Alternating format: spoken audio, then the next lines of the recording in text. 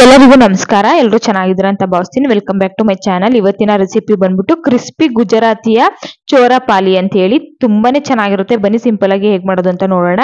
ನಾನು ಮೊದಲಿಗೆ ಇಲ್ಲಿ 1 ಕಪ್ ಅಷ್ಟು ಉದ್ದಿನ ಬೇಳೆನ ಪುಡಿ ಮಾಡಿ ಇಟ್ಕೊಂಡಿದ್ದೀನಿ. ಮತ್ತೆ 1 ಕಪ್ ಅಷ್ಟು ಕಡಲೆ ಹಿಟ್ಟು ಮತ್ತೆ 1 ಕಪ್ ಅಷ್ಟು ಗೋಧಿ ಹಿಟ್ಟನ್ನ ಹಾಕೋತಾ ಇದ್ದೀನಿ.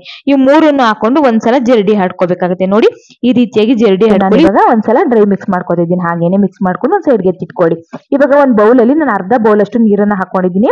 ಇದಕ್ಕೆ ಇವಾಗ ಅರ್ಧ ಸ್ಪೂನ್ ಅಷ್ಟು ಸೋಡಾನ ಹಾಕೋತಾ ಇದ್ದೀನಿ. ಬೇಕಿದ್ರೆ ನೀವು ಬೇಕಿಂಗ್ ಸೋಡಾನು ಕೂಡ ಹಾಕೋಬಹುದು. ಹಾಕೊಂಡ್ಮೇಲೆ ರುಚಿಗೆ ತಕ್ಕಷ್ಟು ಉಪ್ಪನ್ನ ಹಾಕೋತಾ ಇದ್ದೀನಿ. ಮತ್ತೆ 1 ಟೇಬಲ್ ಸ್ಪೂನ್ ಅಷ್ಟು ಎಣ್ಣೆನ ಹಾಕೋತಾ ಇದ್ದೀನಿ. ಹಾಕೊಂಡು ನಾವು ಉಪ್ಪು ಮತ್ತೆ ಸೋಡಾ ಕರಗೋ ತನಕ ಚೆನ್ನಾಗಿ ಮಿಕ್ಸ್ ಮಾಡ್ಕೊಳ್ಳಿ. ಮಿಕ್ಸ್ ಮಾಡ್ಕೊಂಡ್ಮೇಲೆ ನೋಡಿ ಈ ರೀತಿಯಾಗಿ ಆಗುತ್ತೆ.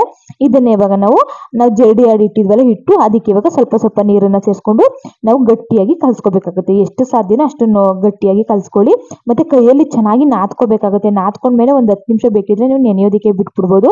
ಚೆನ್ನಾಗಿ ನೆಂದ ಮೇಲೆ ಸ್ವಲ್ಪ ಎಣ್ಣೆನ ಸರ್ಕೊಂಡು ಮತ್ತೆ ನಾವು ಚೆನ್ನಾಗಿ ನಾದ್ಕೋತಾ ಇದ್ದೀನಿ. ನೋಡಿ ಈ ರೀತಿಯಾಗಿ ಸಾಫ್ಟ್ ಆಗಿ ನಮ್ಗೆ ಹಿಟ್ಟು ಬರಬೇಕು. ಇದಾದ್ಮೇಲೆ ಚಿಕ್ಕ ಚಿಕ್ಕದಾಗಿ ನಾನು ಇವಾಗ ಚಾಕುವಿನಿಂದ ಕಟ್ ಮಾಡ್ಕೋತಾ ಇದ್ದೀನಿ. ನಾವು ಚಪಾತಿ ಎಲ್ಲ ನೋಡಿ ಯಾವ ರೀತಿಯಾಗಿ ಕಟ್ ಮಾಡ್ಕೋತೀವಿ ಉಂಡೆಗಳು ಮಾಡ್ಲಿಕ್ಕೆ, ಆ ರೀತಿಯಾಗಿ ಕಟ್ ಮಾಡ್ಕೊಂಡ್ಮೇಲೆ ಒಂದ್ಸಲ ಕೈಯಲ್ಲಿ ನೀಟಾಗಿ ಪ್ರೆಸ್ ಮಾಡ್ಕೊಳ್ಳಿ. ನಾವು ಪೂರಿಗೆಲ್ಲ ಒತ್ತುತ್ತೀವಲ್ಲ ನೋಡಿ, ಅಷ್ಟು ಅಗಲವಾಗಿ ನಾವು ಒತ್ಕೊಂಡ್ರೆ ಸಾಕು. ಇದು ನೋಡ್ಲಿಕ್ಕೆ ಸಡನ್ಲಿ ನಮ್ಗೆ ಹಪ್ಪಳ ತರ ಕಾಣಿಸುತ್ತೆ. ಹಪ್ಪಳ ಎಲ್ಲ ತುಂಬಾ ಚೆನ್ನಾಗಿರುತ್ತೆ ಸ್ನಾಕ್ಸ್ ಇದು. ಇದೇ ರೀತಿಯಾಗಿ ನಾನು ಎಲ್ಲವನ್ನು ಒತ್ತಿಟ್ಕೋತಾ ಇದ್ದೀನಿ. ಒತ್ತಿಟ್ಕೊಂಡ್ಮೇಲೆ ಒಂದು ಬಟ್ಟೆ ಮೇಲೆ ನಾವು ಹಾರಾಕ್ಬೇಕಾಗುತ್ತೆ. ಅದ್ರದ್ದು ನೀರಿನ ಅಂಶ ಇರುತ್ತಲ್ಲ ಅದೆಲ್ಲ ಸಂಪೂರ್ಣವಾಗಿ ಡ್ರೈ ಆಗ್ಬೇಕು.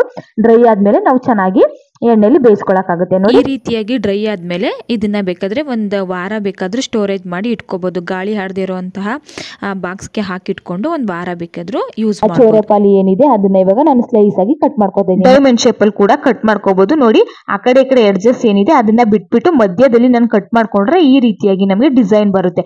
ಇದೇ ರೀತಿ ಮಾಡ್ಬೇಕಂತ ಏನಿಲ್ಲ, ನೀವು ಸ್ಲೈಸ್ ಆಗಿ ಕಟ್ ಮಾಡ್ಕೊಂಡ್ರು ನಡೆಯುತ್ತೆ. ಇದೇ ರೀತಿಯಾಗಿ ನಾನು ಎಲ್ಲವನ್ನು ಮಾಡಿ ಇಟ್ಕೊಂಡಿದ್ದೀನಿ. ಇವಾಗ ಒಂದು ಬೌಲ್ ನ ಇಟ್ಕೊಂಡಿದ್ದೀನಿ. ಇದಕ್ಕೆ 1.5 ಟೇಬಲ್ ಸ್ಪೂನ್ ಅಷ್ಟು ರೆಡ್ ಚಿಲ್ಲಿ ಪೌಡರ್ ನ ಹಾಕೋತಾ ಇದ್ದೀನಿ. ಒಂದು ಅರ್ಧ ಸ್ಪೂನ್ ಅಷ್ಟು ಉಪ್ಪನ್ನ ಹಾಕೋತಾ ಇದ್ದೀನಿ. ಹಾಕೊಂಡು ಚೆನ್ನಾಗಿ ಮಿಕ್ಸ್ ಮಾಡ್ಕೊಳ್ಳಿ. ಇದು ಮೇಲ್ಗಡೆ ಸ್ಪ್ರಿಂಕಲ್ ಮಾಡೋದು. ಇವಾಗ ಎಣ್ಣೆ ಕೂಡ ಚೆನ್ನಾಗಿ ಕಾದಿದೆ. ನಾವು ಕಟ್ ಮಾಡ್ಕೊಂಡಿರುವಂತ ಸ್ಲೈಸಸ್ ಗಳೆಲ್ಲ ನಾನು ಹಾಕೋತಾ ಇದ್ದೀನಿ. ಹಾಕೊಂಡು ಒಂದು ಮೀಡಿಯಂ ಫ್ಲೇಮ್ ಅಲ್ಲಿ ಇಟ್ಕೊಂಡು ಒಂದ್ 2 ರಿಂದ 3 ನಿಮಿಷ ಆದ್ಮೇಲೆ ನಾವು ತಿರುವಾಗಿ ಬೇಯಿಸ್ಕೋಬೇಕಾಗುತ್ತೆ. ನೋಡಿ ಚೆನ್ನಾಗಿ ಉಬ್ಬಿ ಬರ್ತಾ ಇದೆ. ಉಬ್ಬಿ ಬರೋಬೇಕು ಅಂದ್ರೆ ಸ್ವಲ್ಪ ಎಣ್ಣೆನ ಮೇಲ್ಗಡೆ ಹಾಕಿದ್ರೆ ನಾವು ಬಿಸಿ ಎಣ್ಣೆನ ಚೆನ್ನಾಗಿ ಉಬ್ಬಿ ಬರುತ್ತೆ. ನಾವು ಉದ್ದಿನ ಬೇಳೆ ಮತ್ತೆ ಕಡಲೆ ಹಿಟ್ಟು ಗೋಧಿ ಹಿಟ್ಟು ಎಲ್ಲ ಹಾಕಿರೋದ್ರಿಂದ ಚೆನ್ನಾಗಿ ಉಬ್ಬಿ ಬರುತ್ತೆ. ನೋಡಿ ಯಾವ ರೀತಿಯಾಗಿ ಬಂದಿದೆ ಅಂತ. ತುಂಬಾ ಚೆನ್ನಾಗಿರುತ್ತೆ, ಕ್ರಿಸ್ಪಿ ಆಗಿರುತ್ತೆ ಅಂತಾನೆ ಹೇಳ್ಬೋದು. ಒಂಥರ ಹೊಸ ಸ್ನಾಕ್ಸ್ ಅಂತಾನು ಕೂಡ ಹೇಳ್ಬೋದು. ನೋಡಿ ಗೋಲ್ಡನ್ ಬ್ರೌನ್ ಕಲರ್ ಬಂದಿದೆ.